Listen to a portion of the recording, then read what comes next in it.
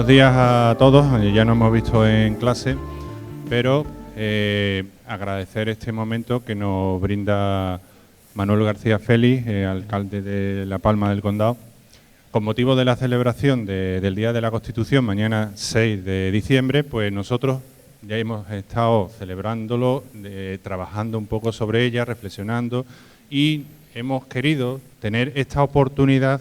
Ya sabéis, los de Ciudadanía, que el primer círculo es la relación con la comunidad política más cercana. Tenemos la oportunidad de estar con el alcalde.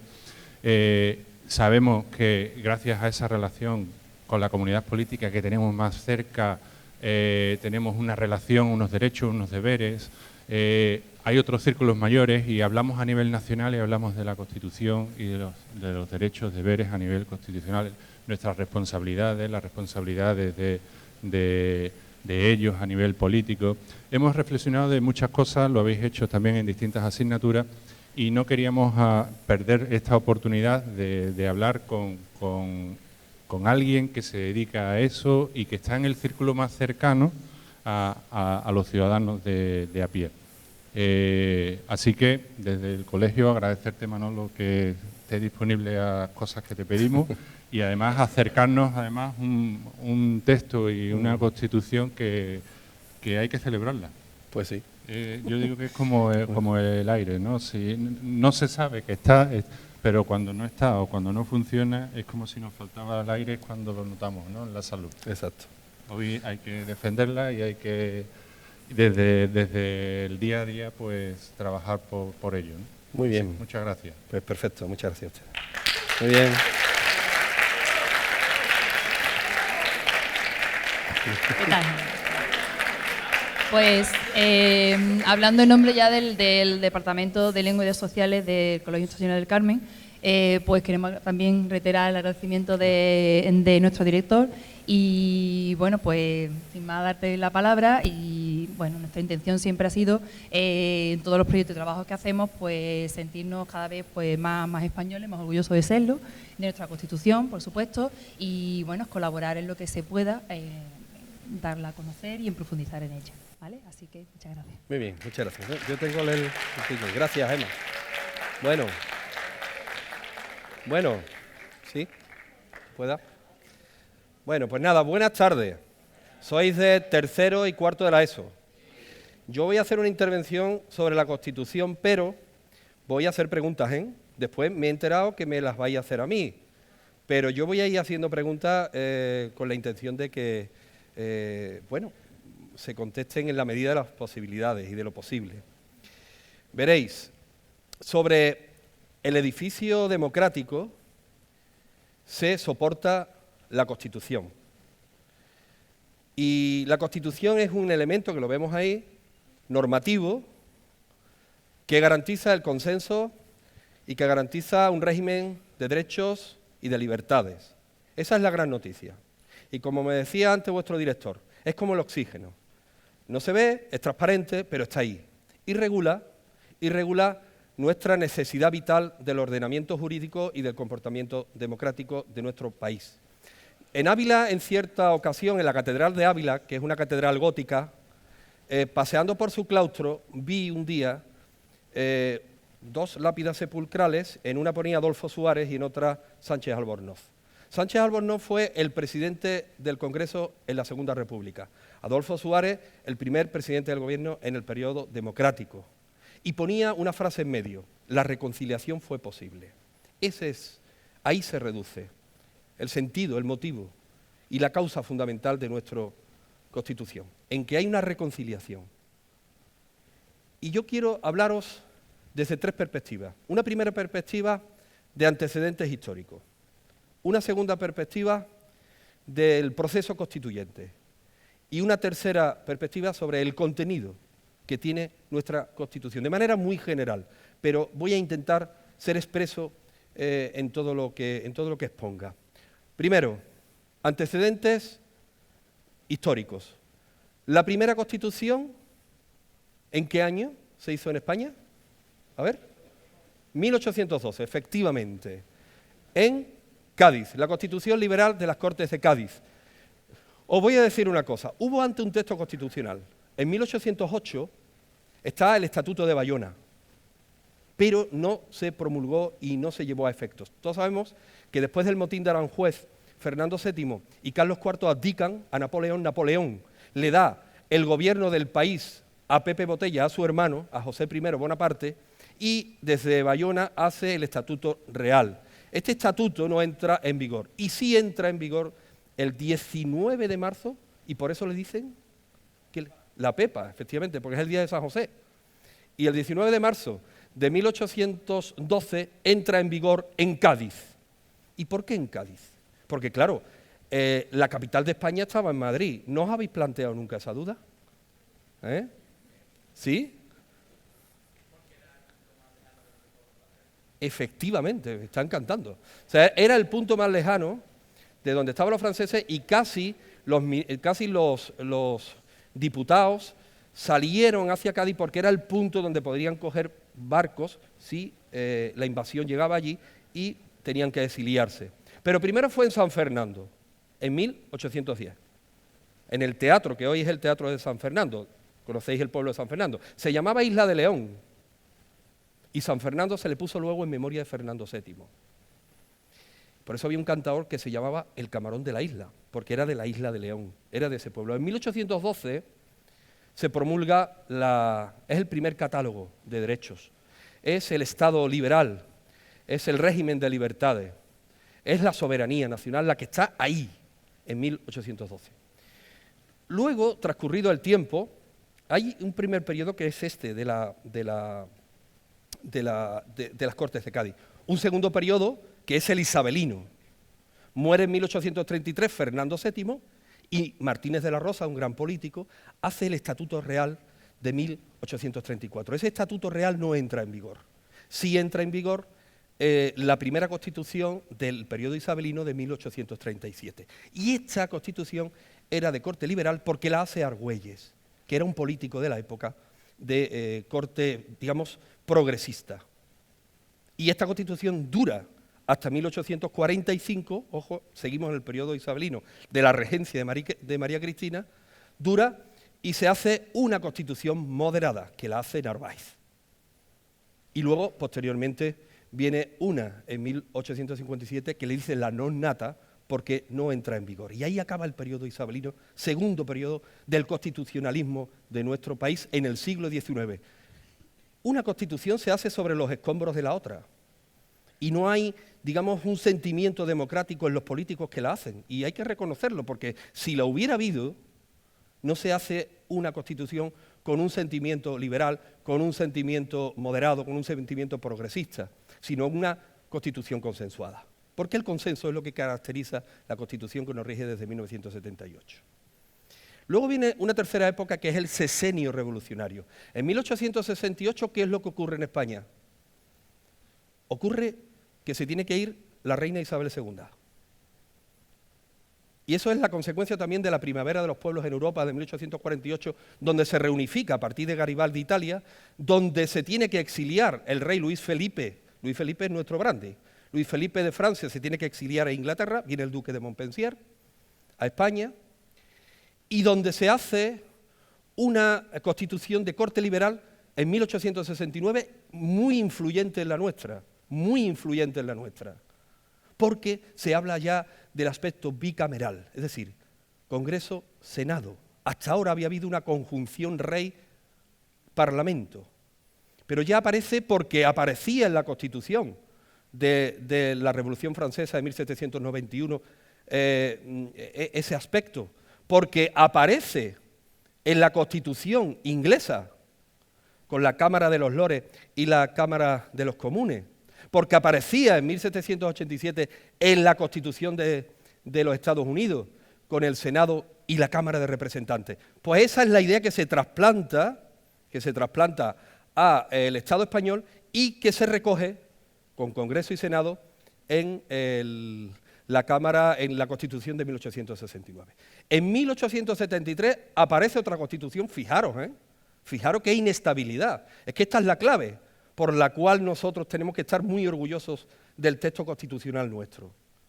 Aparece otra Constitución que tampoco entra en vigor porque ocurre en España la Primera República. Y en 11 meses hay 4 presidentes del gobierno: Pi Margall, Salmerón, Figueras y Castelar. Y era una constitución con un carácter federalista y España pues, no estaba estructurada de manera para poder soportarla.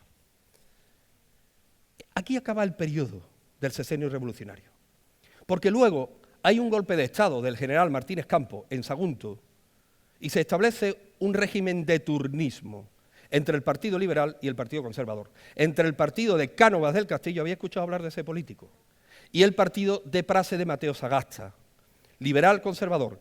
Y esta, la que se hace en 1876, que es la restauración, periodo de la historia de restauración, porque es la restauración de los Borbones. Se intentó otra dinastía, la de Amadeo de Saboya, pero fracasó, porque su principal valedor, que era el general Prim, fue pues muerto en un atentado que todavía pues está oscuro sus motivos, pero los motivos eran claros.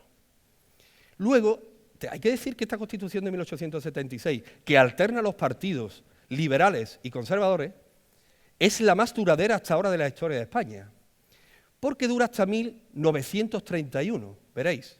Bueno, yo diría que hasta 1923, cuando el general Miguel Primo de Rivera da el golpe de Estado y quita el turnismo de partido y empieza la llamada directorio militar, donde Miguel Primo de Rivera rige el destino, pero con el consentimiento del rey Alfonso XIII. Y esto dura hasta 1931, en que el 12 de abril se proclama la Segunda República Española. Y se hace en 1931 una constitución en la que se introduce varios temas ya de características importantes. Es el laicismo, se habla ya del laicismo, de un Estado aconfesional, en esa Constitución de 1931. Se habla también de los derechos y libertades en esa Constitución de 1931. Y se habla también de un Estado que ni es ni unitario ni un Estado federal. Por lo tanto, genera su complicación. Luego, como todos sabemos, en 1936 está el alzamiento militar del general Franco y luego el periodo de la dictadura, el periodo donde España estaba regida por 7 leyes fundamentales, que le decían las 7 leyes fundamentales del movimiento. Franco muere el 20 de noviembre de 1975 y aquí acaba su periodo, aquí acaba su régimen autoritario. Y a partir de aquí empieza la segunda parte de la conferencia, que es el proceso constituyente. Una vez que hemos analizado muy brevemente y de pasada, porque podíamos estar hablando mucho tiempo sobre el antecedente democrático, sobre los antecedentes constitucionales de España, porque entre otras cosas es un tema apasionante y es un tema precioso. A partir de aquí empieza la segunda parte de la conferencia, que es el proceso constituyente. Dimite Arias Navarro, que era el presidente del Congreso, una vez fallecido el general Franco, y Torcuato Fernández Miranda, que era el presidente del Congreso, le da al rey una terna de 3 nombres, en la que estaba Manuel Fraga Iribarne, en la que estaba José María de Areilza y el que estaba Adolfo Suárez. Y el rey elige a Adolfo Suárez. Muchos no lo querían, porque el más progresista, digamos, ahí, y el que más podía generar un consenso por su liberalismo, era José María de Areilza. Y en parte fue una decepción en la época y en los momentos históricos en los que se nombraron. Pero luego Adolfo Suárez demostró su alta capacidad y su hondo sentido democrático para hacer una transición ejemplar en nuestro país y de la que todos nos beneficiamos hoy. ¿Cuál es la característica más principal? Pues que a partir de ahí hizo la ley de reforma política y la aprobó en diciembre de 1976 en el Congreso. Luego se reconocieron los partidos políticos y en 1977 se produjeron las primeras elecciones democráticas, las primeras elecciones donde se eligieron a los representantes políticos de los distintos partidos políticos. No pasaba eso en España desde la Segunda República. Y ganó la UCD. ¿Había escuchado hablar de ese partido? Unión de Centro Democrático, que lo presidía Adolfo Suárez. Sacó 166 diputados. Después quedó el Partido Socialista Obrero Español, estoy hablando de 1977, que lo presidía Felipe González, que sacó 116 diputados. 18 diputados sacó el Partido Comunista, que lo comandaba Santiago Carrillo, y 16 Alianza Popular, lo que hoy es el Partido Popular, que presidía Fraga Iribarne. Pues a partir de aquí, de este nuevo estamento representativo de la Cámara del Congreso y el Senado, se eligen a 7 padres de la Constitución, a 7 personas que van a elaborar el texto que hoy tenemos. Y esas 7 personas son Miguel Herrero de Miñón, Gabriel Cisneros y Pérez Llorca por la UCD. Miquel Roca por la minoría catalana. Gregorio Peces Barba por el Partido Socialista. Jordi Soler Tura por el Partido Comunista. Y Manuel Fraga Iribarne por Alianza Popular. A estas 7 personas le debemos en gran parte ese espíritu constitucional y ese consenso habido entre los distintos sentimientos y sensibilidades ideológicas que en España había en la época. Se torció un poco la cosa y tuvo el rey, tuvo Adolfo Suárez, que nombrar a Abril Martorell, presidente del Congreso, y a Alfonso Guerra, un representante del Partido Socialista, en los llamados pactos del mantel, para que se fueran fraguando de una forma ágil este texto constitucional. Al final, ¿qué ocurrió? Que se aprobó en las Cortes Generales, se aprobó el 31 de octubre de 1978. Y luego, lo más importante, es que el pueblo español lo ratificó, como hizo también con la Ley de Reforma Política en 1976, ojo. Y lo ratificó en 1978 el pueblo. ¿Qué día? El 6 de diciembre. Por eso es el Día de la Constitución y por eso hoy estamos aquí. El pueblo votó sí a la Constitución española. Luego, 2 fechas importantes, el 27 de diciembre, donde se promulga por el rey, y el 29 de diciembre, donde se publica en el BOE. Hasta aquí aparece el régimen de transición, hasta aquí ese periodo constituyente que genera y nos arroja este texto que hoy nos rige. Tercera parte y última de la conferencia. Características de nuestra Constitución. Yo hago 2 bloques. Un primer bloque de pilares. 4 pilares. El primero es una ley de leyes, es decir, en una pirámide, ¿dónde estaría la Constitución? ¿En qué lugar de la pirámide estaría la Constitución? ¿Dónde? ¿En la base? ¿Estáis de acuerdo con la compañera? En la cúspide. Dentro del ordenamiento jurídico de España, la Constitución está en la cúspide. Por debajo están los decretos leyes, las leyes transitorias, la jurisprudencia. Está todo. Todas las leyes. Solamente por encima de la Constitución española, ¿sabéis lo que está? Las leyes de la Unión Europea, que rigen comúnmente todo lo que es la Unión Europea. Por lo tanto, estamos hablando de la ley de la ley de leyes. Estamos hablando de un rango dentro del tejido legislativo y legal de muchísimo valor. En segunda cuestión, estamos en una monarquía parlamentaria. ¿Qué significa esto? ¿Qué significa monarquía parlamentaria? Monarquía, ¿qué significa? A ver, por aquí. ¿Qué significa? ¿Qué significa?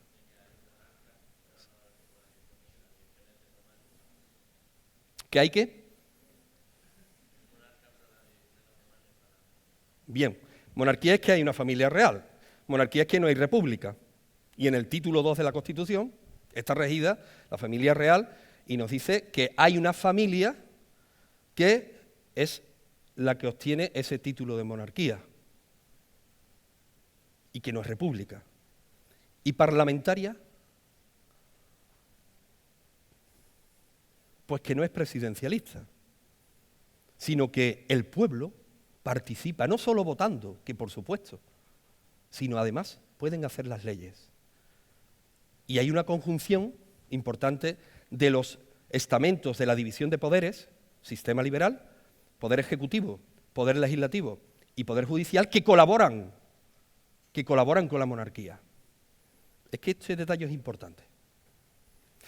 Tercero, es un Estado social, democrático y de derecho. Social porque protege el Estado a los más débiles y protege a todo el mundo con la sanidad, con la educación, con las pensiones, con las prestaciones. Democrático porque el pueblo participa y de derecho porque estamos bajo el paraguas de la Constitución. Y cuarto y último pilar es que es una Constitución que reconoce el régimen de autonomías.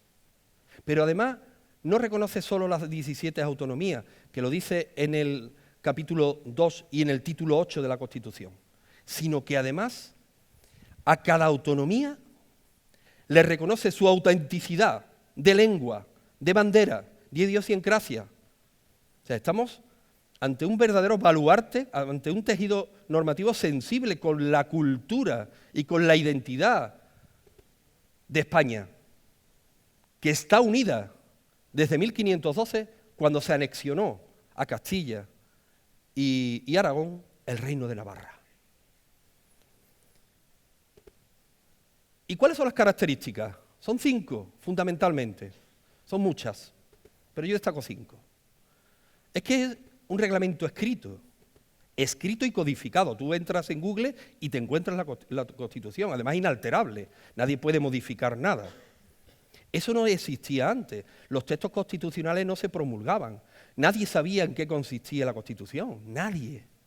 La Constitución está escrita. La inglesa, de 1687, no está escrita. Está basada sobre una serie de elementos de jurisprudencia, de tratados, impuestas. Echan en esa época a Jacobo II y llega Guillermo de Orán e impone un régimen parlamentario.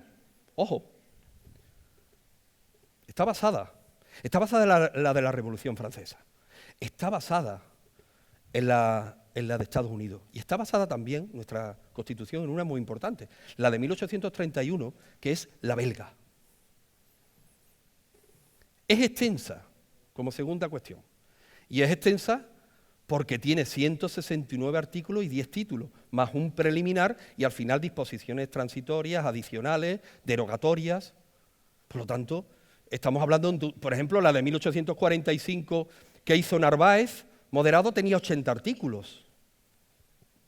Estamos hablando, la de la República tenía 131.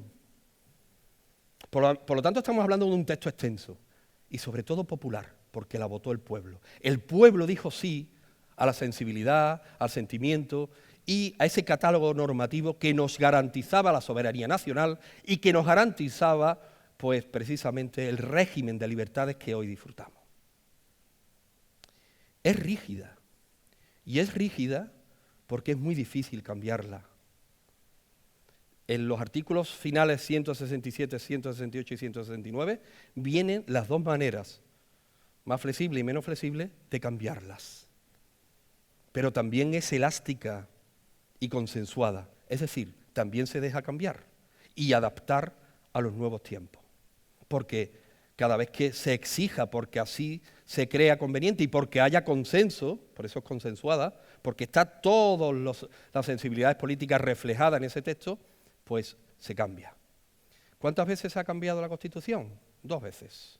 Solamente 2 veces. Se ha intentado más, pero se ha conseguido en 1992 con el Tratado de Maastricht y en 2011 con la Ley de Equilibrio Presupuestario de la Unión Europea que impuso a los Estados miembros, impuso ese régimen de equilibrio. Por eso estamos muy vigilados, todas las naciones, todos los países que pertenecemos a la Unión Europea, por ese equilibrio presupuestario. Y por eso nos exige Europa un cumplimiento de las reglas de gasto y de las reglas de gasto fundamentalmente y del ahorro económico.